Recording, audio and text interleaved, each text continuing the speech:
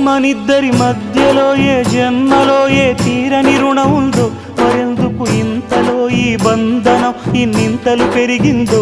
అమాయకమైన నీ చిన్నారి నవ్వును ఏ తల్లి కందో, ఇటే నీ దారి ఉందని నిన్ను ఏ సుడి గాలి పంపిందో.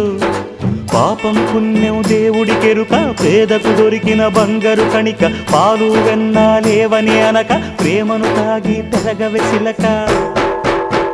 వలేసే పాడు లోకం కంటపడక ఉండు నాయనక, ఇలా నా గుండెలోనే గువ్వల కొలు ఉండిపోయింక.